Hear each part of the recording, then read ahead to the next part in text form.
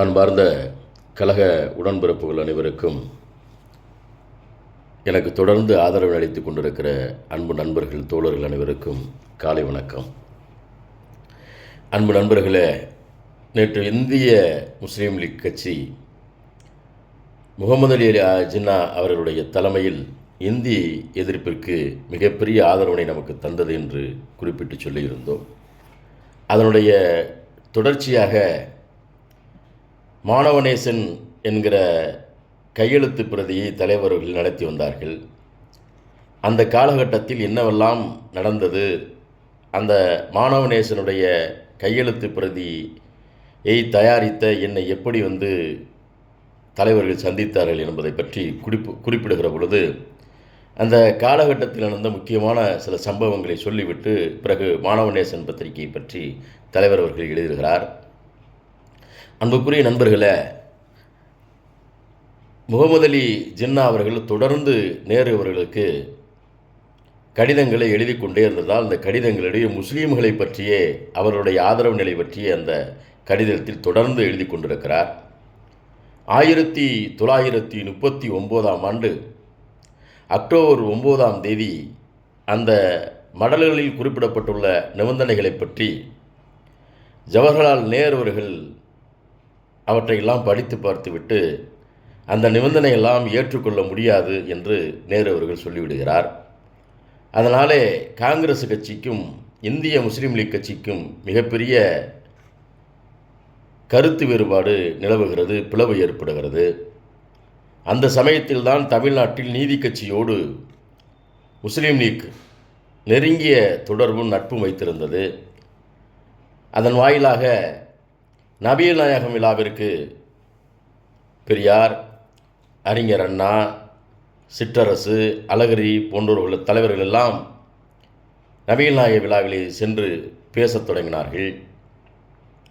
பின்னாளிலே திராவிடர் கழகத்திற்கும் முஸ்லீம் லீக்கிற்கும் ஒரு பிணைப்பு ஏற்படுவதற்கு இது ஒரு அடித்தளமாக அமைந்தது என்று தலைவர் அவர்கள் குறிப்பிடுகிறார். காந்தியடிகள், சுபாஷ் சந்திர போஸ், முகமது அலி ஜின்னா போன்றவர்களெல்லாம் பேச்சுவார்த்தைகளே தொடர்ந்து ஈடுபட்டார்கள். ஆனாலும் 14 நிபந்தனைகள் அடங்கிய ஒரு திட்டத்தினை முகமது அலி ஜின்னா அவர்கள் இந்த பேச்சுவார்த்தை குழுவிடம் அழைக்கிறார். அதற்கும் பலனளிக்கவில்லை. அதனால் முஸ்லீம் லீக்கினுடைய தலைவராக இருந்த முகமது அலி ஜின்னா அவர்கள் தொடர்ந்து காங்கிரஸ் கட்சியை புறந்தள்ளிவிட்டு நமது தமிழ்நாட்டில் திராவிட கட்சிகளோடு இணைகிற முயற்சியில், நட்பு பாராட்டுகிற முயற்சியில் தொடர்ந்து செயல்பட்டு கொண்டிருக்கிறார். அந்த காலகட்டத்தில்தான் நமது இந்தி மொழிக்கு எதிரான போராட்டம் தமிழ்நாட்டில் நடந்து கொண்டிருந்த காலகட்டத்தில்தான் வடபுலத்திலே இந்து முஸ்லீம்களுக்கிடையே சில சண்டை சச்சரவுகள் ஏற்படுகிறது, மோதல்கள் ஏற்படுகிறது. அந்த காலகட்டத்தில் தான் ஐரோப்பாவில் போர்கள் ஆரம்பிப்பதற்கு அந்த கருமேகங்கள் சூழத் தொடங்கின. பர்மாவில் ஏற்பட்ட அமளியால் பல உயிர்கள் சேதமடைந்தது. ஏறத்தாழ 1939ஆம் ஆண்டு ராஜாஜி தலைமையிலான அரசு நீக்கம் செய்யப்பட்டு இடைக்கால அமைச்சரவையில் இந்தி கட்டாயம் என்பது நீக்கப்படுகிறது, சட்டம் நீக்கப்படுகிறது. இதை தலைவர் அவர்கள் 1939இல் நமக்கு கிடைத்த ஒரு முதல் வெற்றியாக, மொழிப்போருக்கு கிடைத்த ஒரு முதல் வெற்றியாக கொண்டாடலாம் என்று தலைவர் அவர்கள் அதில் குறிப்பிடுகிறார். இந்த காலகட்டத்தில்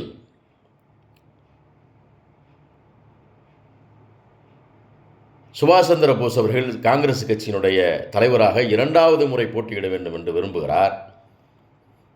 காந்தியடிகள் சுபாஷ் சந்திர போஸிற்கு எதிராக சித்தராமையாவை நிறுத்துகிறார்.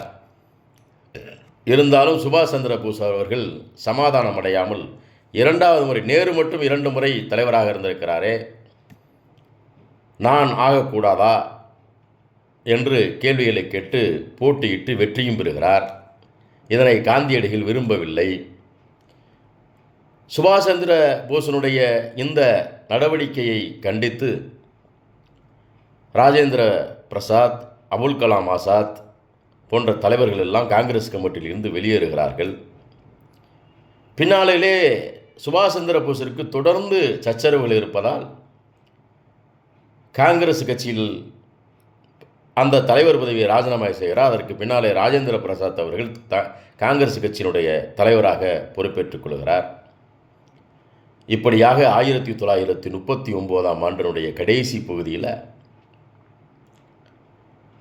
இந்த பர்மாவில் ஏற்பட்ட புரட்சி, ராஜாஜியினுடைய ஆட்சி முடிவு, இவற்றையெல்லாம் தொடர்ந்து இந்த காலகட்டத்தில் மெதுவாக பொது உடைமை கட்சி, கம்யூனிஸ்ட் கட்சி உருவாவதற்கு ஒரு ஆயத்தம் ஏற்படுகிறது.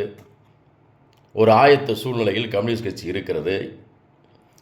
இந்த காலகட்டத்தில் தலைவர் அவர்கள் சொல்கிறார், என்னை ஒருவர் சந்திக்க வருகிறார், மானவநேசன் பத்திரிகை நடத்துகிறாயமே, நீதான் அந்த கருணாநிதியா என்று என்னை பார்ப்பதற்கு ஒருவர் வருகிறார். நான் அவர் முன்னாலேயே போய் நிற்கிறேன். 15 வயது நிரம்பிய சிறுவனாக அவர் முன்னாலே நான் நிற்கிறேன்.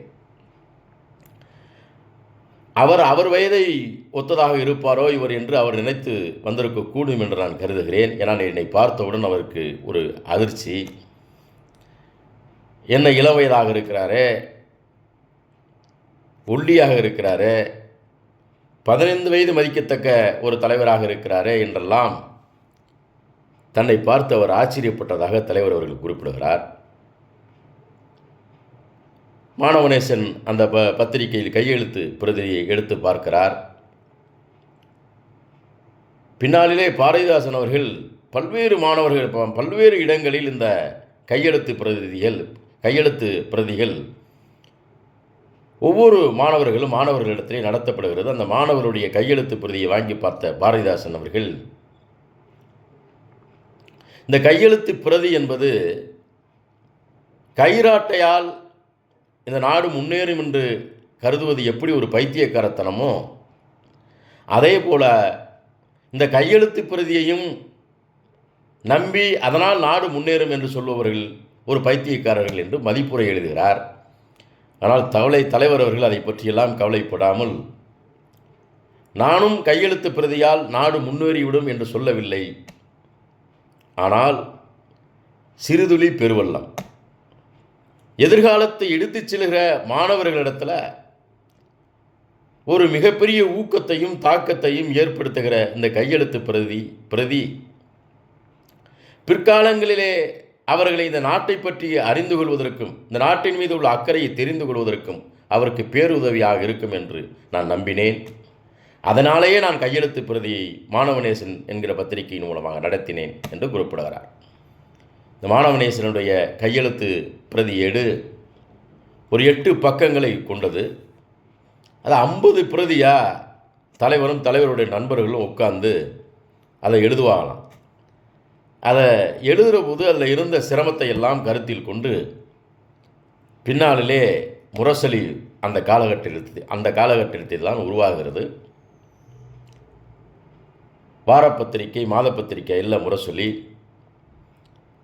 தினமும் செய்திகளை சொல்லுகிற ஒரு ஏடாக இருக்க வேண்டும் என்று தலைவர் கருதி முரசொலியை தொடங்க நினைக்கிறார். அந்த காலகட்டத்தில் ஒரு கதர்ச்சட்டை அணிந்த கண்ணாடிக்காரர் என்னை சந்திக்கிறார் என்று குறிப்பிடுகிறார். அவருடைய பெயரை தலைவர் அவர்கள் இங்கு குறிப்பிட்டு சொல்லவில்லை. அவர் சுதந்திரம், சமாதானம், சமத்துவம் என்கிற பெயரில் ஒரு மாணவ சம்மேளனம் ஒன்றை ஏற்படுத்த வேண்டும், பள்ளிகளில் ஏற்படுத்த வேண்டும், மாணவர்களிடத்தில் அதை ஏற்படுத்த வேண்டும். அந்த மாணவர் சம்மேளனத்தினுடைய தலைவராக நீங்கள் இருக்க வேண்டும் என்று என்னை கேட்டுக்கொண்டார். அதன் அடிப்படையில் நானும் மாணவர் சம்மேளனத்தினுடைய தலைவராக இருந்து கொண்டு 200 உறுப்பினர்களை எனது பள்ளியில் சேர்த்தேன். இந்த 200 உறுப்பினர்கள் கிட்டத்தட்ட 100 உறுப்பினர்கள் எந்த கட்சியையும் சாராதவர்கள் என்று குறிப்பிடுகிறார். ஆனால் அந்த கதர் சட்டை அணிந்து கொண்டு சந்தித்தார் என்னை என்று சொன்னார் அல்லவா, அவர் காங்கிரஸ்காரராகவும் தெரியவில்லை. ஆனால் நம்முடைய தலைவர்களை பற்றியெல்லாம் பேசுகிறார். பிறகுதான் தெரிந்தது அவர் ஒரு பொது உடைமை கட்சியை சார்ந்தவர் என்று. இப்படி மாணவநேசன் பத்திரிகையின் மூலமாக உறுப்பினர்கள் எல்லாம் சேர்த்து மாணவர்களிடையே பல்வேறு கருத்துக்களை எல்லாம் நாம் சொல்லி கொண்டு வந்திருந்த நேரத்தில் சம்மேளனத்தினுடைய போக்கு நம்மையும் சேர்த்து அடித்து செல்லும் போலிருந்தது. ஆழந்தெரியாமல் காலை விட்டு விட்டோமோ என்றெல்லாம் கருதிய காலம் உண்டு என்று மாணவநேசன் பத்திரிகையை பற்றி அவர் மாணவநேசன் பத்திரிகையை எழுதத் தொடங்கிய போது அந்த பிரதிகளை எல்லாம் தயாரிக்கிற பொழுது இந்த மாணவ சம்மேளனம் என்கிற பெயரில் வேறு திசையில் செல்கிறோமோ என்றெல்லாம் அவர் கவலைப்பட்டதாக கடைசியாக இந்த செய்தியை முடிக்கிறார் தலைவர் அவர்கள். 15 வயதில் மாணவநேசன் என்கிற கையெழுத்து பிரதியை நடத்தியவர் என்ற பெருமைக்குரியவர். இதெல்லாம் தலைவர் ஒருவருக்காக மட்டுமே நடக்கும் என்று நாம் கருதுகிற சூழ்நிலையை இந்த நாட்டில் உருவாக்கியுள்ள தலைவர்களுள் மிகப்பெரியவர் தலைவர் கலைஞர் அவர்கள். அவருடைய வரலாற்றை, அவருடைய சுயசரிதையை தொடர்ந்து உங்களுக்கு வழங்கி வருவதன் மூலமாக, நான் வழங்கி வருவதன் மூலமாக அவருக்கு பெருமை ஏற்பட போவதில்லை. ஆனால் நாட்டு மக்களுக்கு இப்படி ஒரு தலைவர் வாழ்ந்திருக்கிறார் என்கிற செய்தியை இருக்கின்ற தலைவர்களில் உயர்ந்து நின்றவர், மறைந்த தலைவர்களிலும் உயர்ந்து நிற்பவர் என்ற கருத்தினை உங்கள் முன்னால் பதித்திட வேண்டும் என்றது நல்ல நோக்கத்தோடு உங்கள் முன்னால் இந்த கருத்துக்களை நான் எடுத்து வைக்கிறேன். அன்பு கூர்ந்து எனக்கு தொடர்ந்து ஒத்துழைப்பு நல்கிய அன்பு நண்பர்களுக்கும் நல்ல உள்ளங்களுக்கும் நன்றியினை தெரிவித்துக் கொள்கிறேன்.